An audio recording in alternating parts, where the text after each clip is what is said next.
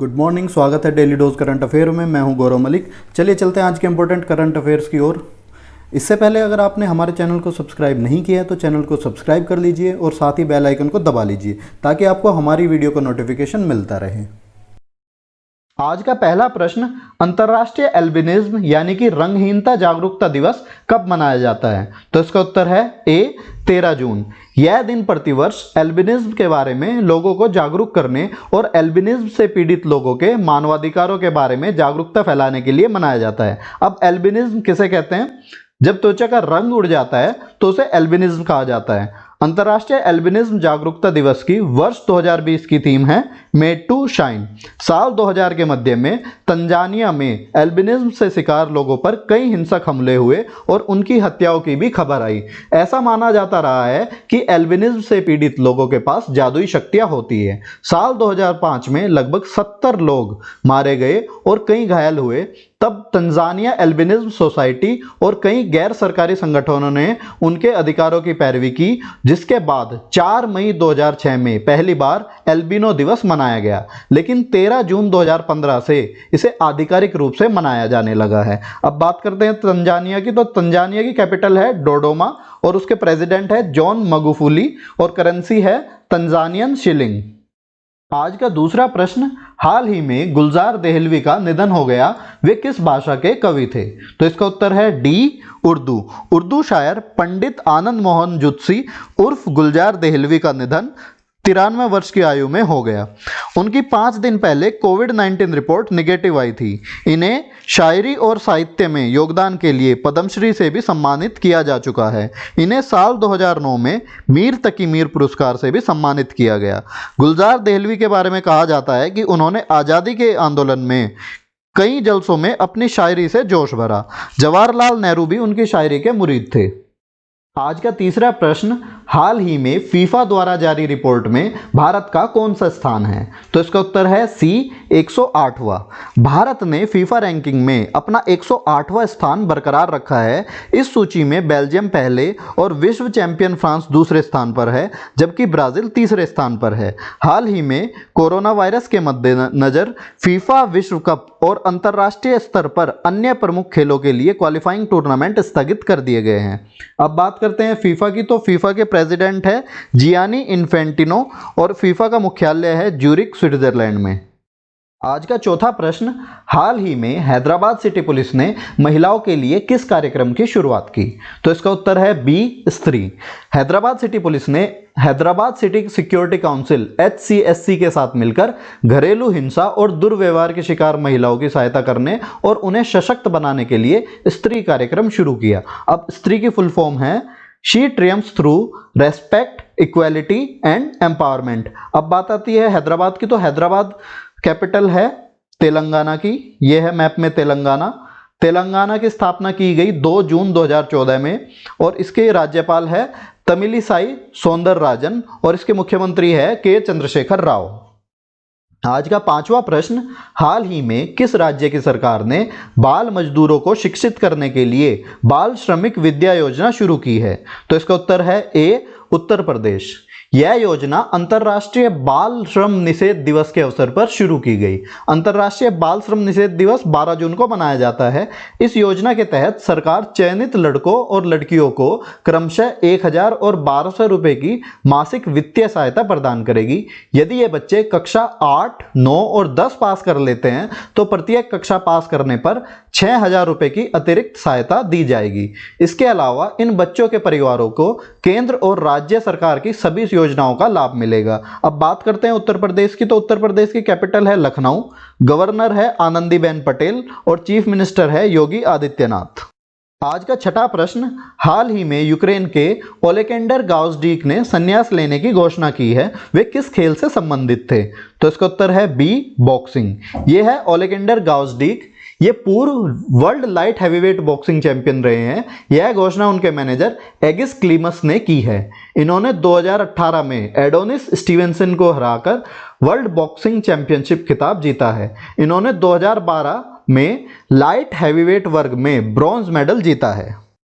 आज का सातवां प्रश्न, किस देश ने कोविड-19 के लिए सोहोजोधा ऑनलाइन प्लाज्मा नेटवर्क शुरू किया है? तो इसका उत्तर है डी, बांग्लादेश। यह पहल स्वास्थ्य सेवा महानिदेशालय DGHS, A2I इनोवेशन लैब और ई जनरेशन के सहयोग से बांग्लादेश सरकार के ICT डिवीजन द्वारा शुरू की गई है। बांग्लादेश में कोरोना वायरस रोगियों के लिए प्लाज्मा थेरेपी अभी ट्रायल प्रक्रिया में है। अब बात करते हैं बांग्लादेश की, तो बांग्लादेश की PM है शेख हसीना, कैपिटल है ढाका और मुद्रा है टका। इसके साथ ही बांग्लादेश ने कोविड ट्रेसर BD ऐप भी लॉन्च की है।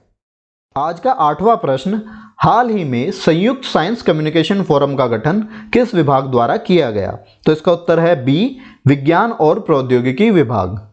यह विभिन्न सार्वजनिक क्षेत्र के विज्ञान संचार संस्थानों और एजेंसियों के बीच आपसी बातचीत, सहयोग और समन्वय को सुविधाजनक बनाने के लिए किया गया है। इस फोरम को विज्ञान और प्रौद्योगिकी विभाग का राष्ट्रीय विज्ञान और प्रौद्योगिकी संचार परिषद का सचिवालय सहायता प्रदान करेगा। आज का 9वां प्रश्न, कर्मचारी भविष्य निधि संगठन ने अपने पेंशनरों को डिजिटल जीवन प्रमाण पत्र प्रस्तुत करने में सक्षम बनाने के लिए किस फैसिलिटी के साथ भागीदारी की है? तो इसका उत्तर है ए, कॉमन सर्विस सेंटर CSC। अब लगभग 65 लाख पेंशन भोगी 3.65 लाख से अधिक CSC के माध्यम से अपना जीवन प्रमाण पत्र प्रस्तुत कर सकते हैं। हर साल कर्मचारी पेंशन योजना EPS पेंशन भोगियों को पेंशन जारी रखने के लिए अपने जीवन प्रमाण पत्र को जमा करने की आवश्यकता होती है, जो कि प्रमाण पत्र जमा करने की तारीख से 1 साल के लिए वैध होता है। आज का 10वां प्रश्न, किस संगठन ने संयुक्त राष्ट्र को यूनिवर्सल पीरियोडिक रिव्यू 3rd प्रस्तुत किया है? तो इसका उत्तर है बी, राष्ट्रीय मानवाधिकार आयोग NHRC।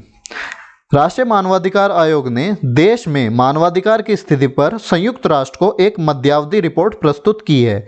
यह पहली बार है जब आयोग रिपोर्ट को मध्य समय में प्रस्तुत कर रहा है, जिसमें जलवायु परिवर्तन, महिलाओं, बच्चों, विकलांगों और बुजुर्गों के अधिकार पर सरकार की नीतियों पर प्रकाश डाला गया है। NHRC ने यह भी बताया कि सरकार एक यूनिवर्सल बेसिक्स इनकम के प्रस्ताव पर सक्रियता से विचार कर रही है। आज का 11वां प्रश्न, Indian chamber of commerce ICC का मुख्यालय कहाँ स्थित है? तो इसका उत्तर है ए, कलकत्ता। ICC अग्रणी और एकमात्र राष्ट्रीय चैम्बर ऑफ कॉमर्स है जिसे 1925 में स्थापित किया गया। प्रधानमंत्री नरेंद्र मोदी ने हाल ही में वीडियो कॉन्फ्रेंसिंग के माध्यम से इंडियन चैम्बर ऑफ कॉमर्स के 95वें वार्षिक पूर्ण सत्र का उद्घाटन भाषण दिया है। अपने संबोधन के दौरान प्रधानमंत्री ने पूर्वी भारत और उत्तर पूर्व में उद्योगों के विकास में योगदान के लिए चैम्बर की प्रशंसा की है। आज का 12वां प्रश्न, किस प्रौद्योगिकी कंपनी ने पुलिस को अपने चेहरे की पहचान करने वाले सॉफ्टवेयर रिकॉग्निशन के उपयोग पर प्रतिबंध लगा दिया है? तो इसका उत्तर है ए, अमेजन। अमेजन ने अमेरिका के देशव्यापी विरोध प्रदर्शन के बीच पुलिस को अपने चेहरे की पहचान करने वाले सॉफ्टवेयर रिकॉग्निशन के उपयोग पर 1 वर्ष के लिए प्रतिबंध लगा दिया है। फेशियल रिकॉग्निशन सिस्टम के उपयोग से अश्वेत लोगों की गलत पहचान करने के लिए इसे आलोचना का सामना करना पड़ रहा है। इससे पहले IBM ने अपने चेहरे की पहचान सॉफ्टवेयर को रद्द कर दिया था। अब बात करते हैं अमेजन की, तो अमेजन के फाउंडर और CEO है जेफ बेजोस। आज का 13वां प्रश्न, सरकार ने किस समझौते के तहत विदेशी जीवित प्रजातियों के आयात के लिए सलाह जारी की है? तो इसका उत्तर है बी, साइट्स। साइट्स की फुल फॉर्म है convention on international trade in endangered species.